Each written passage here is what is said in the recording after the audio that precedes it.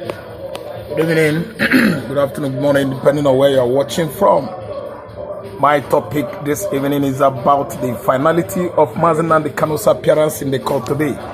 Kanu has actually achieved it again. Once again, he has been achieving it in the past, and he has actually done it presently when he outrightly outsmarted federal government of Nigeria at Abuja appeal court today. Justice OMOTOSHO is tired of Nigeria. Nigeria is coming up with fake witnesses, faceless testifiers, whose witnesses, they come forward could not be quantified or materialized. It means they are absolutely committing acts of treachery against Nnamdi Kanu, which is punishable in other societies. But anyway, it is a norm in Nigeria to come forward in the court. Maybe you are bribed or bought in as a missionary to testify an innocent soul. That is norm in Nigerian society. It is not surprising to me, which was why since 2022, 23, 4, 5, 6, no, 5, this is 2025. Nnamdi Kanu has been winning, maintaining this winning streak against his Nigerian federal government counterpart in the court of law. Today he has won again. The materials, the witnesses, the testifiers, they are not, actually backing all their documents, with points. All they do is resounding every cross-examination questions from the legal team of Onyendo Nnamdi Kanu, which I don't know. What is it that you don't know? Actually, what he said, an incitement by the testifiers, Nigerian witnesses, was under duress. If he point gun at Nnamdi Kanu, he could just tell you anything. If he points gun at me, you don't even need to point gun at me. If he force it on me, I can say whatever I would like to say for you not to hurt or injure me. Nnamdi Kanu was, forcefully, propelled to say various inciting things. Even importing Radio Biafra into Nigeria is still under duress. Why? Because many things are happening to the Igbo nation. Yes, Igbo man could no longer defend himself, so he relies on at least making some broadcasting, in favor of Nnamdi Kanu, actually sending message to our slave masters, the political leaders of the country. So importing radio, translators, radio equipment, Radio Biafra into Nigeria is not crime. At least he's going to use it for agitation of the sovereign state of Biafra. Is it a crime? It is not crime. Okay, look at me. What am I doing? I am broadcasting or analyzing on my own YouTube channel. I am the owner. I import it from Google. Google controls YouTube. Are you coming to charge me that I import XBit into Nigeria? This is a global thing. I think on a global form, global framework, Nnamdi Kanu seems to have been misunderstood by his accusers, the captors, the abductors, the kidnappers that actually brought him into this country, Nigeria. We've actually seen that the guy is not culpable of any crime, being the fact that on a global platform or under what I could actually call United Nations Charter, everybody has right to agitate for self-determination or realization. What Nnamdi Kanu is doing is not outside international law, but is still within the venue of both local law, Nigerian Constitution, United Nations Charter, and the international law.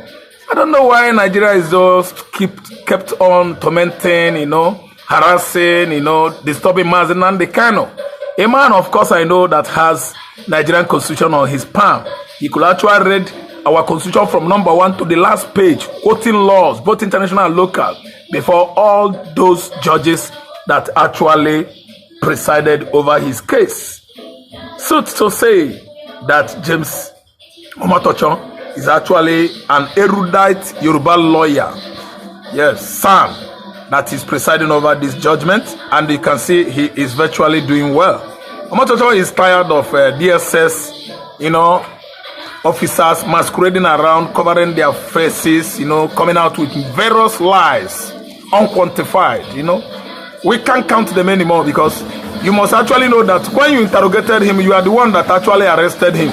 But DSS has actually removed their head from that kind of allegation that they did not actually partake on abducting Nnamdi Kanu from Nairobi, Kenya. A case, an allegation, a charge, I believe, that has actually roped in Department of State's, Security Service, DSS, in Nigeria. That one would have sent the current DJ, the Director General of DSS in Nigeria, to jail. I mean, maximum prison, because it's violated. They have violated international law, actually infringed on his constitutional right. I mean, Nnamdi Kanu. United Nations law says you should not bring somebody into your country without having any contradiction pact with such or a particular country from where he is being apprehended. So, Nnamdi Kanu winning streak, it continues. You should just, accurately account to me that I always use the word winning streak. He has been winning and winning and winning previously. He has been winning. Today is 29th and tomorrow is sit at home all over Igbo land. Tomorrow is Biafran Day. Biafran Day is every 30th May. Everybody's gonna sit at home, cook off and salino, prepare better Igbo soup. Enjoy yourself. Open your fridge or freezers and chill out with all those cold beer brewed in Enugu, largest Nigerian brewery. They have many species of beers that are there, Enjoy yourself. Beer in the southeastern Nigeria is the cheapest thing. So, tomorrow is a sit at home, is a celebration day. We are celebrating all our heroes fallen in 1966, 67, 68, 69, and 70. Our fallen hero, we are celebrating them tomorrow. 30th May every year is a sit at home for Biafran heroes. Don't mind National Security Advisor Nuhu Ribadu Uhu. Nuhu Ribadu Uhu said we should be celebrating Igbo Day tomorrow, not Biafran Day. No. Oga, National Security Advisor, mind the banditry. The bandits are coming from your kinsmen, your contraction in the Sahel country of West Africa. You are not even fighting hard to break their modus operandi, their secret, their, tricks on how they have been attacking federal government of Nigerian interest in the north, communities in the north, disaliving and killing farmers. You are working hard to crack the meaning of Biafran Day, changing it into Igbo Day. Why is that your headache? Of course, Igbo man said Biafra. Nuhu Ribadu said Igbo. Why? How does my headache become your own stomach ache? Nuhu Ribadu, I think you're supposed to face your master Tinubu and charge him too well. Serve him too well. Interest him by doing good job. National Security Advisor just provide many good security advices, to Tinubu administration, so that brigandage, banditry, Boko Haram attack, and under insurgency should at least be subsided. Yeah, it's supposed to subside because you've been there for many years, many months now. This is the second year, and we are coming out with all this kind of incessant bloody attacks in various communities and urbanities in Nigeria, meaning that the security apparatus in Nigeria is faulty, subjected to many omissions and error. That's why they are attacking and attacking and attacking and attacking the mid-belt, the southeast, the southwest, attacking the Ondo forest, and have even written notes to St. Augustine again in Owo, where they attack how many years ago? I think that could be 2022. And they attack in the church, they attack the congregates. No, Ribadu, I think you should have at least come out with solutions so that these insurgents could no longer strike churches in our Ondo again. That is when you are doing a good job. You don't need to face the Igbos. The Igbos have not done you anything. Tomorrow is 30th May and it's going to be sit at home order in Biafra land. It's a Biafran day. A day we remember Ojukwu. The day we remember Chukwumazuzogu. The day we remember Onwatuegu. The day we remember PC Okoye. The day we remember most of the heroes fallen during the Biafran war. They are all Igbos. They are all our uncles, our mothers, and our fathers. They are all our brothers, our sisters, nephews, and nieces. What is wrong with Igbo man nursing serious grievances over his lost of his loved ones? 58, 57, 56, 55 years ago. What are we saying here? Do you know how many Igbos that were murdered with blood under the watch of Muhammad Buhari in 1970? The war has actually ended. He had to shoot these Asaba people in their large number at Asaba. I'm telling you, Igbo has every cause to at least celebrate their fallen heroes. It is none is your business, and none is anybody's business in Nigeria. It is my business as an Igbo man to at least nurse grievances over the death of my fathers, my uncles, my brothers, my sisters many years ago. You don't have to prefer such advice. Tomorrow is a Biafran day. It's not Igbo day. We celebrate Igbo day outside Igbo land. In Lagos, we celebrate Igbo day. In Kanu State, we do so. In Abuja, everywhere in Nigeria, even Kenya and other parts of the world. We were busy celebrating Igbo day. We can't celebrate Igbo day in Igbo land. We do it outside Igbo land. I think tomorrow is a Biafran day, and it has come to stay. So, viewers, Kanu has won again in the courts of law. It's a winning streak, and he is winning, and the winning he will be winning, and he will be winning. On and on and on and on, Kanu is victorious, you know, and is going to at least come out in flying colors. International law says you cannot abduct somebody from any country unless you have a treaty, extradition treaty, or deportation treaty. Let's use the word as in within the United Nations Charter or international law. Once again, Kanu should be free. The federal government of Nigeria has no other right to hold Kanu. Kanu has been set free. We are looking forward to see the judge, the presiding justice, Honorable Justice James OMOTOSHO. He has actually affirmed Nnamdi Kanu's victory over federal government of Nigeria today. It is a lawful thing to set free someone that court has actually discharged and acquitted. You don't commit court contempt because you are in position to commit Igbophobia, Igbo abhorrence and hate. Is the reason why Nnamdi Kanu is still incarcerated at the DSS, facility.